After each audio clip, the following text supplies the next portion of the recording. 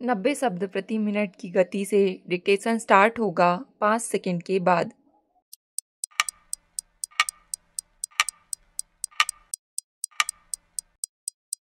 Start. इसलिए ही fake news पर नियंत्रण बेहद संवेदनशील और बारीक मामला बन गया है कि इसमें कब लक्ष्मण रेखा लांघ दी जाएगी यह कोई नहीं बता सकता। फिर इसमें अफसरशाही को अधिकार देने की मंशा पर भी सवाल उठेंगे। कोई संदेह नहीं है कि आज सोशल मीडिया के दौर में मीडिया के नाम पर यूट्यूब न्यूज़ चैनल की बाढ़ सी आ गई है। कुकरमुत्ते की तरह इस तरह के चैनल उग आए हैं जिनमें अनाप शनाप और कुछ भी समाचार व विचार के नाम पर परोसा जा रहा है। अक्सर इनकी वजह से समाज में तनाव फैलता है। अफवाह को समाचार बनाकर पेश करने से कानून व्यवस्था भी प्रभावित होती है। कभी कभी तो यह भी होता है कि लोग समाचार और अफवाह में भेद नहीं कर पाते और राष्ट्र विरोधी ताकत भी इसका गलत फायदा उठाने से नहीं चूकती। विभिन्न चुनाव में भी फेक न्यूज़ गहरा असर डालती है। इससे लोकतंत्र पर भी खतरा आ सकता है। इससे इनकार नहीं किया जा सकता। इस मामले में कुछ टीवी न्यूज़ चैनल भी पीछे नहीं हैं। भारत में ऑपरेशन सिंदूर के समय अच्छे और प्रतिष्ठित चैनल तक मजाक का विषय बन गए थे। गोदी मीडिया भी ऐसी ही बातों के लिए जाना जाता है। केंद्र सरकार काफ़ी समय से इस पर विचार कर रही थी। कुछ राज्य सरकारें इस तरह का कानून बना चुकी हैं। इसलिए यह उठाए जाते हैं कि फेक न्यूज़ के बहाने मीडिया पर लगाम लगाने की कोशिश तो नहीं हो रही है। यह संदेश भी आम लोग के दिमाग में कौंधने लगा होगा। भाजपा सांसद निशिकांत दुबे की अध्यक्षता वाली समिति ने फेक न्यूज़ को सार्वजनिक व्यवस्था और लोकतांत्रिक प्रक्रिया के लिए गंभीर खतरा बताया है। इस मुद्दे से निपटने के लिए दंडात्मक प्रावधान में संशोधन, जुर्माना बढ़ाने और जवाबदेही तय करने की सिफारिश भी की गई है। श्री दुबे की गिनती उन भाजपा नेताओं में होती है जो सरकार पर प्रश्न उठाना देशद्रोह मानते हैं।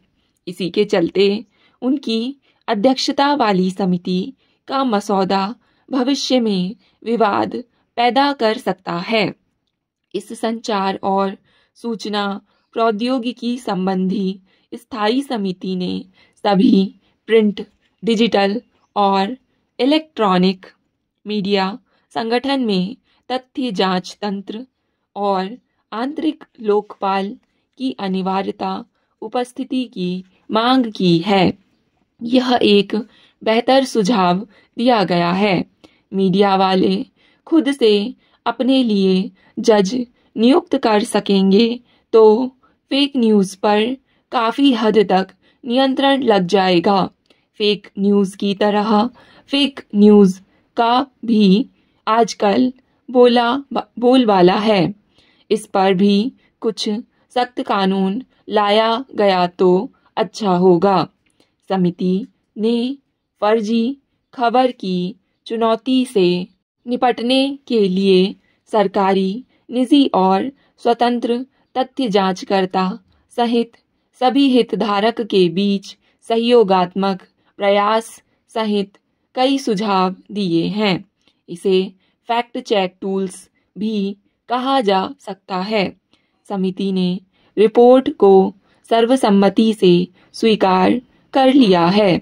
फर्जी खबर की समस्या से निपटने के लिए उठाए जा रहे कदम के प्रति सभी दल ने समर्थन दिया है। हालांकि कांग्रेस, डीएमके, सपा और टीएमसी ने कुछ सवाल भी उठाए हैं जिन्हें जायज कहा जा सकता है। फैक्ट चेक करने का पावर सिर्फ अधिकारी वर्ग के हाथ में रहेगा तो कदम कदम पर विवाद की स्थिति बनेगी। उम्मीद है कि समिति इस पर विचार विमर्श कर रही होगी। देश के सभी प्रिंट, डिजिटल और इलेक्ट्रॉनिक मीडिया संगठन में फैक्ट चेक मैकेनिज्म और आंतरिक लोकपाल को अनिवार्य बनाया जाए कि सिफारिश तो की गई है, लेकिन यह काम कौन करेगा, यह भी समिति को अपनी रिपोर्ट में साफ करना चाहिए। समिति ने लोकसभा अध्यक्ष ओम बिरला को रिपोर्ट सौंप दी है। संभावना है कि संसद के शीतकालीन सत्र 2025 में इसे पेश किया जाए।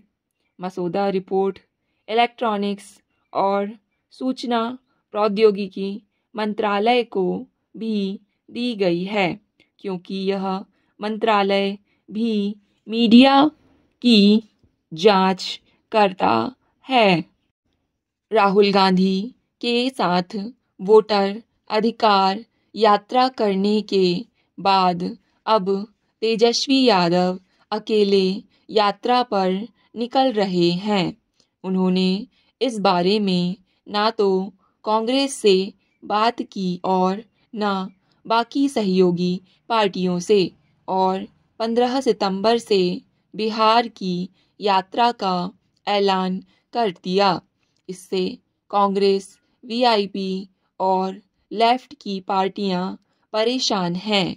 जानकार सूत्रों का कहना है कि तेजस्वी की पार्टी वोटर अधिकार यात्रा में ज़्यादा तवज्जो नहीं मिलने से परेशान है।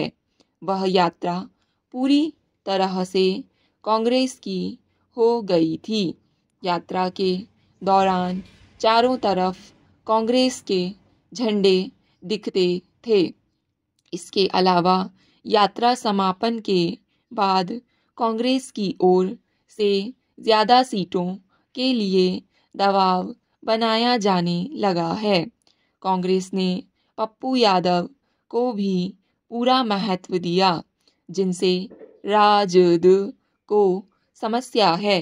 गौरतलब है कि कांग्रेस पिछली बार 70 सीटों पर लड़ी थी और इस बार भी कम से कम 60 सीटों की मांग कर रही है।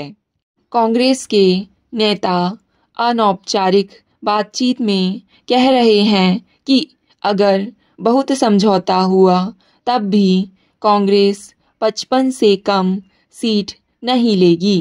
तेजस्वी यादव इसके लिए तैयार नहीं हैं। इस बार उनको मुकेश सहनी की पार्टी को भी एडजस्ट करना है और सीपीआई माले को भी पहले से ज़्यादा सीटें देनी है। स्टॉप। डिक्टेशन पसंद आए तो वीडियो को लाइक तथा चैनल को सब्सक्राइब ज़रूर करें और वीडियो को ज़्यादा से ज़्यादा साझा करें।